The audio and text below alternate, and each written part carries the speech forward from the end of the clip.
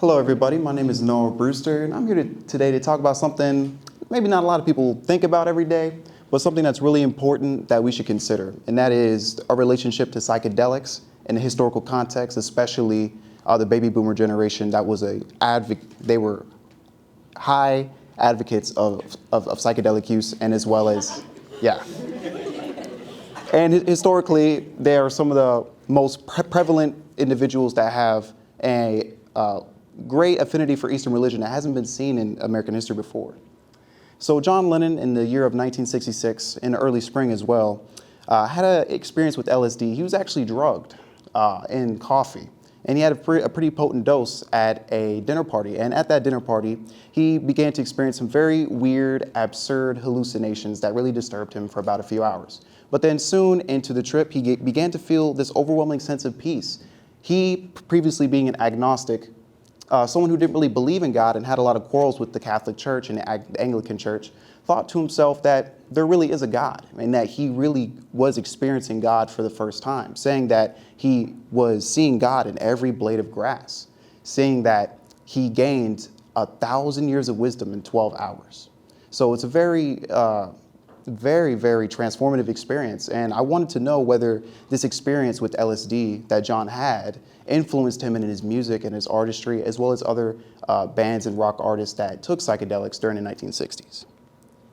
So it really leads me to my question. To what extent does the Beatles song Tomorrow Never Knows from their 1966 album Revolver express spiritual themes related to Eastern religion? And does this song have conceptual similarities with other popular psychedelic rock songs from the late 1960s? And just to contextualize this movement that we're talking about, the baby boomers, they are the generation born between 1946 and 1964, right after World War II and right before Vietnam, so right in the middle, sweet spot. They are called the boomers because at that moment, when all the men were coming home from World War II, there was a lot of high fertility rates. They were gone for a long time. But I'm trying to find a way to say this, right? So yeah, it happened, right? Call them baby boomers. There was a high spike in infertility rates, a lot of births happening at this time. They were generally located in urban metropolitan areas like San Francisco and New York City. Not really a rural phenomenon we're seeing here. And again, something that's disputed by a lot of historians is their affinity for Eastern religion, because previously in American history, there has been no dominant strain of Eastern religious ideals, only in a niche setting. But this became a very big phenomenon that many people subscribe to. So I wanted to know where this came from, or how could we find a clue to understand where this came from. Just some individuals might be familiar with that were big during the countercultural revolution and to baby boomers was Gloria Steinem, the feminist revolutionary, Timothy Leary, excommunicated Harvard psychologist who experimented with the LSD in an unethical way, you could say. Jimi Hendrix, they call him the electric alchemist. He used LSD and was a very experimental rock musician.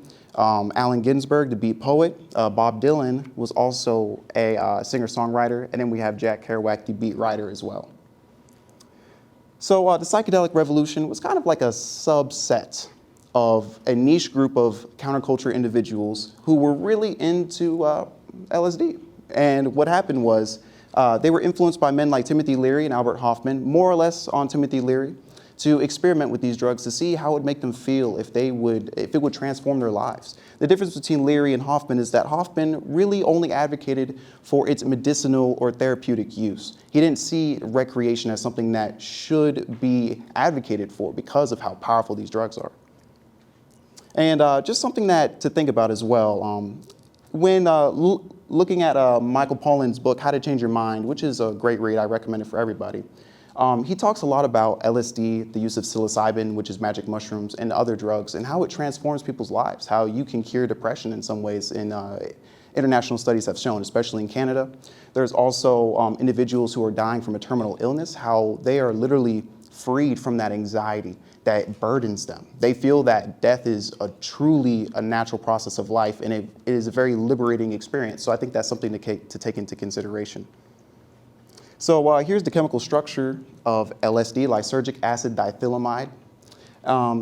And here is also how it's administered. It's generally a liquid that is dropped onto little tabs, is what they call them. And they are measured in the micrograms. This is it's one of the most powerful drugs for the amount that is distributed. You could absorb it through your eyes, inhale it, as well as what's popular is through your tongue. And it sets in for about an hour or two, and it lasts 12 hours. So it's a really powerful substance we're talking about here.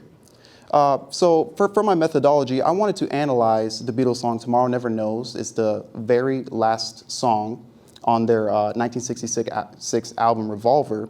And I wanted to know whether it had conceptual similarities with books like the Tibetan Book of the Dead, the Psychedelic Experience, and the Doors of Perception, and to see from an ancient Eastern view of Buddhism, as well as a treatise that Timothy Leary, the excommunicated Harvard psychologist, wrote on the Tibetan Book of the Dead, and as well as the Doors of Perception, a very popular book where Aldous Huxley, an English writer, experimented with mescaline, a drug similar to LSD and psilocybin, being a very powerful psychedelic. So what I found when I analyzed the lyrical content of Tomorrow Never Knows, and as well as some other songs, but mostly Tomorrow Never Knows, and compared it to the Tibetan Book of the Dead, what I found was that the spiritual themes that were present was a Hindu theme that is center to their religion, is that samsara. That is the sin concept. The main problem of life is samsara, the cyclical in and outing of reality, being born and dying again, and being born and then dying, being caught in the trap of reincarnation. And that the only way to be freed of that is to understand the true nature of your reality, of your being, which what they would call nirvana. And that's pretty basic in Buddhism. And actually the name Revolver is derived from that concept because it's not about a gun. A lot of people do think, we're Americans, we're Texans, right? I get it. But it's actually about revolving and being caught in the endless trap of existence, which is it's weird for Americans and for Westerners to think about these things, but it's actually very centered to Eastern religious cultures. Uncertainty for the future, tomorrow never knows, just living in the present. It implies that the present moment is all that matters. Birth and rebirth, which actually, it's a metaphysical position that Buddhists take, that it actually turns into an implication of eternity, that things are eternal and that they last forever. And letting go is something that the Beatles, they wanted to make a huge message of at that point in their music. And that is also pertinent to the discussion and similar to various verses in the Tibetan Book of the Dead. So this is like the main lyrical correlation that I found, which was really interesting. From Tomorrow Never Knows, I think it's the first verse. Turn off your mind, relax, and float downstream. It is not dying, it is not dying. And in the Tibetan Book of the Dead, it says, let the mind remain in its own state without distraction. So it's important to see that we are really looking at a similarity of understanding the nature of your own mind, and that the mind is the source of all suffering, which the Beatles were addressing in this song, which is nothing like they had ever spoken about before in their music. So just a comparison, an aesthetic comparison on their album covers. You see the top portion is going to be before 1966, before Revolver, and before any of the Beatles were introduced to LSD. And then after is when after they had various experiences with LSD and experimenting for a number of years. You could see, I feel like it's pretty obvious, with the Sgt. Pepper's Lonely Hearts Club Band suits, and then we also have the Magical Mystery Tour, more like kid themed, but still, I feel like it's really obvious. There obviously is a huge vibrance of colors that they, in an explosion of creativity that they found. So comparing some of the lyrics, or the song titles, you see that it's more pop-centric love songs that they were focused on, like Baby It's You, I Saw Her Standing There, to really kind of trippy songs like The Yellow Submarine, Lucy in the Sky with Diamonds, which some musical critics and historians claim that it's an acronym for LSD in a cryptic fashion, which John Lennon denies. We also have I Am the Walrus, and Come Together about unity, which is a very central theme to Eastern religion as well. Now, comparing this to other popular psychedelic rock bands and their most popular songs in the year of 1967 as well as 71. These were bands that were known to always be high on LSD or some sort of chemical substance like marijuana, as well as psilocybin or magic mushrooms. And I wanted to know, well, if you have an experience with LSD, is it going to automatically induce this mystical state that Eastern religious teachers and things like that say they have?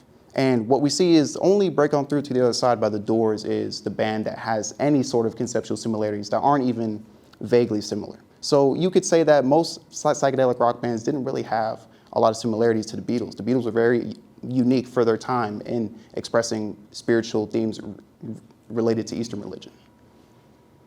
So in conclusion, we have a picture of Maharishi Mahesh, a spiritual yogi from India. He's a Hindu, and then with the Beatles right here and some of their friends.